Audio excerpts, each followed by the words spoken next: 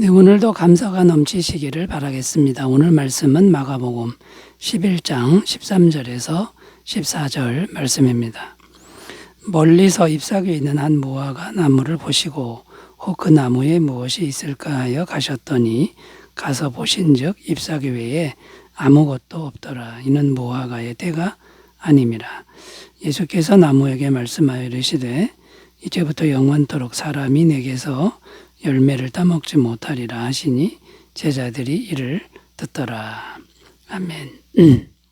자, 오늘 말씀에 보면 예수님이 무화과 나무를 저주하는 내용이 나옵니다. 이른 아침에 주님은 많이 시장하셨는데, 그래서 잎사귀가 무성한 무화과 나무를 찾아서 그 열매를 찾으셨다고 합니다. 자, 그런데 무화과 나무는 잎사귀는 무성했는데 열매를 하나도 찾을 수가 없었습니다. 이제 그 이유가 오늘 말씀에 나오는데 무화과의 때가 아니라 이렇게 나오고 있습니다. 자, 그렇다면 무화과의 때가 아니라면 열매를 찾을 수가 없는 것이 당연한 거 아닌가? 그런데 왜 주님은 무화과 나무를 열매가 없다고 저주하셨을까? 자, 이런 질문이 이제 생기는 것이죠. 자, 14절을 읽어보면 주님이 저주하신 내용이 나오는데요. 예수께서 나무에게 말씀하여 이르시되 이제부터 영원토록 사람이 내게서 열매를 따먹지 못하리라 하시니 제자들이 이를 듣더라. 자, 이렇게 조금은 이해하기 어려운 그런 장면인데요.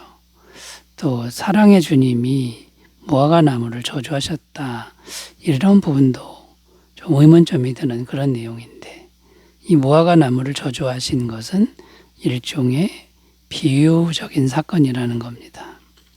무화과 나무는 우리들 인생을 의미한다는 것이고요. 자, 이렇게 우리들 인생이 잘못하면 저주받는 인생이 될 수 있다, 이런 의미를 말씀하고 있다는 것입니다. 자, 그래서 오늘은 말씀의 주제를 저주받지 않는 인생이 되려면 어떻게 해야 되는가를 주제로 설정하면서 말씀의 은혜를 나누도록 하겠습니다. 자, 저주받지 않는 인생이 되려면 어떻게 해야 될까요? 첫 번째는 신앙의 열매를 잘 맺어야 한다라는 것입니다. 신앙의 열매를 잘 맺어야 한다는 것입니다. 오늘 말씀 13절을 다시 읽어보면요. 멀리서 잎사귀 있는 한 무화과 나무를 보시고 혹 그 나무에 무엇이 있을까 하여 가셨더니 가서 보신즉 잎사귀 외에 아무것도 없더라. 이는 무화과의 때가 아님이라. 끝부분에 보면 무화과의 때가 아님이라고 기록하는데, 자, 이것은 무화과 열매가 전혀 없는 것을 의미하는 말씀이 아니라는 것을 우리가 먼저 이해해야 합니다. 그래야 오해를 풀 수 있습니다. 주님이 지금 계신 이때가 4월경으로 보입니다. 자, 이때는 열매가 전혀 없는 게 아니라 있기는 있는데 사람들이 먹지 않는 열매, 그럼 열렸다가 그냥 버리는 그런 열매, 들짐승이나 혹시 먹을 그런 열매들만 이제 맺히는 그런 시기라는 겁니다. 그러니까 무화과의 때가 아님이라, 이 말은 열매가 전혀 없는 게 아니라 못 먹는 열매는 달려 있을 만한 그때다라는 것입니다. 자, 그러니까 이제 어떤 의미냐면 주님이 찾으신 것은 맛있는 무화과 열매를 찾으신 게 아니라 사람이 먹지 못할 열매라도 있는가 하고 찾으셨다. 자, 이런 내용입니다. 그런데 잎사귀는 무성한데 그 못 먹는 열매마저도 없는 그런 무화과 나무였다라는 것이죠.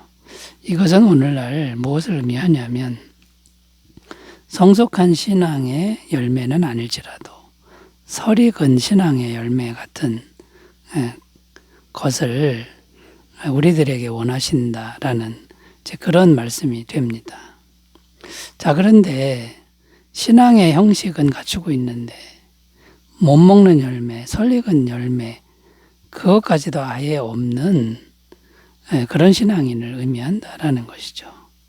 그러므로 이것은 주님이 저주하셨다라기보다는 이미 저주받은 상태에 있는 그런 인생들을 말씀하고 있다라는 거고, 주님은 이렇게 말씀하시는 거죠. 내가 보니 너는 앞으로도 영원히 열매를 맺지 못할 것이다라고 그냥 선포하셨다라는 것입니다. 맛있는 열매가 아니라 그냥 다른 사람이 열매라고 느끼기에는 어려운 그런 정말 설익은 그런 신앙의 열매라도 있었으면 하는데 그것마저 없으니 너는 전혀 소망이 없다. 이렇게 말씀하셨다라는 것이죠. 자, 그러므로 여러분, 우리가 저주받지 않는 그런 인생이 되려면 어떻게 해야 됩니까? 무언가 신앙의 열매를 맺으려고 노력해야 되는데 조금이라도, 그리고 엉터리라도 그 신앙의 열매를 조금이라도 맺는 그런 모습이 있어야만 된다. 이것을 말씀하고 있는 겁니다. 자, 그렇다면 여러분, 우리가 맺어야 할 신앙의 열매는 어떤 것일까요? 외적인 모양보다는 내면에 진실된 그 마음의 열매, 내면에 진실된 마음의 열매를 맺어야 한다라는 겁니다. 무화과 나무는 잎사귀만 무성했지 열매가 없었다 이렇게 말씀하는데 이런 사람들이 많습니다. 교회만 왔다 갔다 하면서 마음의 열매는 전혀 없는 사람들이 많다는 거죠. 이사야 1장 11절 12절 여호와께서 말씀하시되 너희의 무수한 재물이 내게 무엇이 유익하뇨? 나는 순양의 번제와 살찐 짐승의 기름에 배불렀고 나는 수송아지나 어린 양이나 순염소의 피를 기뻐하지 아니하노라. 너희가 내 앞에 보이러 오니 이것을 누가 너희에게 요구하였느냐? 내 마당만 밟을 뿐이니라. 이렇게 겉으로 보이는 신앙의 형식 아무리 많아도 소용이 없다. 진실된 마음이 중요하다.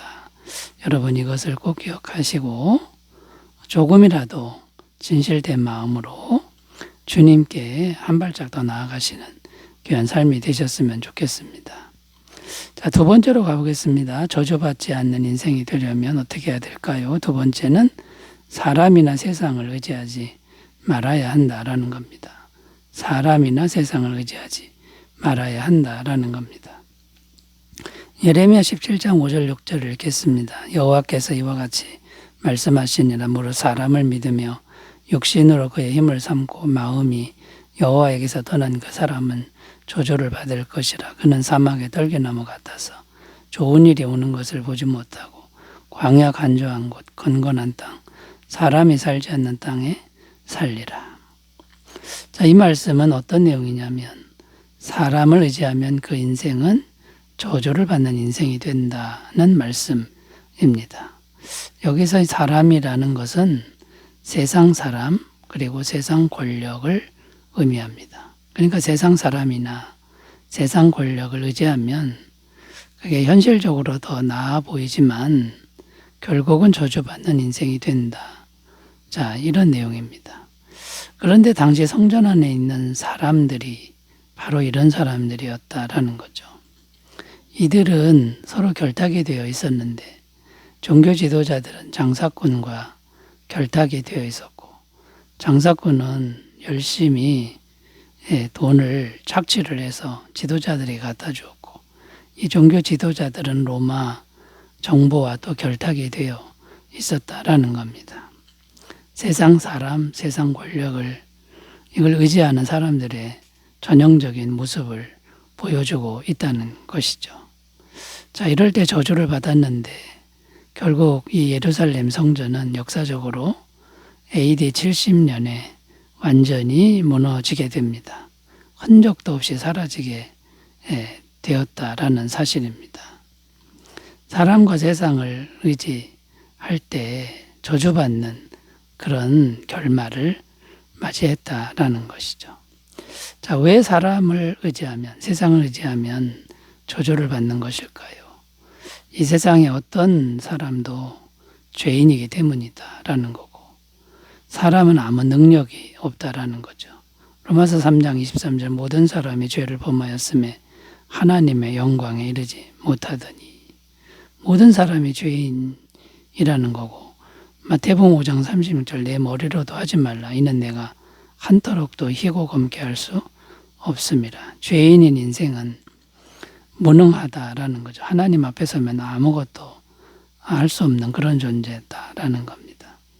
그러나 오직 하나님만 의지한다 그러면 마음에 하나님만 의지하면 전능하신 하나님의 함께 하시기 때문에 절대로 저주받지 않는다라는 겁니다. 예레미야 17장 7절 8절 그러나 무릇 여호와를 의지하며 여호와를 의뢰하는 그 사람은 복을 받을 것이라. 그는 물가에 심어진 나무가 그 뿌리를 강변에 뻗치고 더위가 올지라도 두려워하지 아니하며 그 잎이 정청하며 가뭄은 해에도 걱정이 없고 결실이 그치지 아니함 같으리라. 자, 여러분 오직 하나님만 의지하고 사람이나 세상을 의지하지 않는 그런 결단이 있으시기 바라겠습니다. 세 번째로 가보겠습니다. 저주받지 않는 인생이 되려면 어떻게 해야 될까요? 세 번째는 성령님을 마음에 지속적으로 모셔야 한다라는 것입니다. 성령님을 마음에 지속적으로 모셔야 한다라는 겁니다. 자, 미가서 6장 8절 말씀 읽습니다. 사람아 주께서 선한 것이 무엇임을 내게 보이셨나니 여호와께서 내게 구하시는 것은 오직 정의를 행하며 인자를 사랑하며 겸손하게 내 하나님과 함께 행하는 것이 아니냐. 성경이 말하는 가장 좋은 모습, 신앙의 열매를 맺는 모습은 겸손히 주님과 동행하는 것이다 라는 겁니다. 무언가 대단한 일을 행하는 것이 결코 아니라고 말씀하고 있다는 것입니다. 자, 우리가 읽는 마가복음 본문에서도 주님은 대단한 열매를 기대하지 않으셨습니다. 먹지도 못하는 열매, 버리는 열매라도 있기만 하면 된다는 이제 그런 마음이셨다라는 거죠. 주님이 원하시는 한 가지는 정말 작은 그런 마음, 그런 마음의 열매, 이걸 원한다는 겁니다. 마음 문을 열고 그저 부족하지만 주님을 순수하게 모시는 마음, 주님과 동행하고자 하는 마음, 그 마음 하나만 있으면 충분했다라는 것이죠. 이것만 있으면 주님이 언제든지 도와주실 수가 있었다라는 것입니다. 그런데 이런 마음 자체가 아예 없었다라는 거죠. 주님과 동행하고 싶은 마음이 조금도 없었다라는 겁니다. 그러니까 저주받은 그런 인생이 되었다라는 것이죠. 자, 그러므로 우리가 해야 될 일은 그냥 마음은 열고 겸손히 주님을 이렇게 모셔드리는 이것만 하면 된다라는 겁니다. 요한계시록 3장 20절 볼지어다 내가 문 밖에 서서 두드리노니 누구든지 내 음성을 듣고 문을 열면 내가 그에게로 들어가 그와 더불어 먹고 그는 나와 더불어 먹으리라. 자, 여러분 마음문만 열면 주님이 언제나 오시고 절대로 저주받지 않는 그런 인생이 된다는 것을 꼭 믿으셨으면 좋겠습니다. 요한복음 1장 12절 영접하는 자 곧 그 이름을 믿는 자들에게는 하나님의 자녀가 되는 권세를 주셨으니 여러분 마음에 어떤 마음이든지 주님만 모시면 하나님의 자녀 권세가 됩니다. 자, 그런데 중요한 게 무엇입니까? 오늘날 주님은 영의 형태로 영으로 우리 마음에 들어온다는 거죠.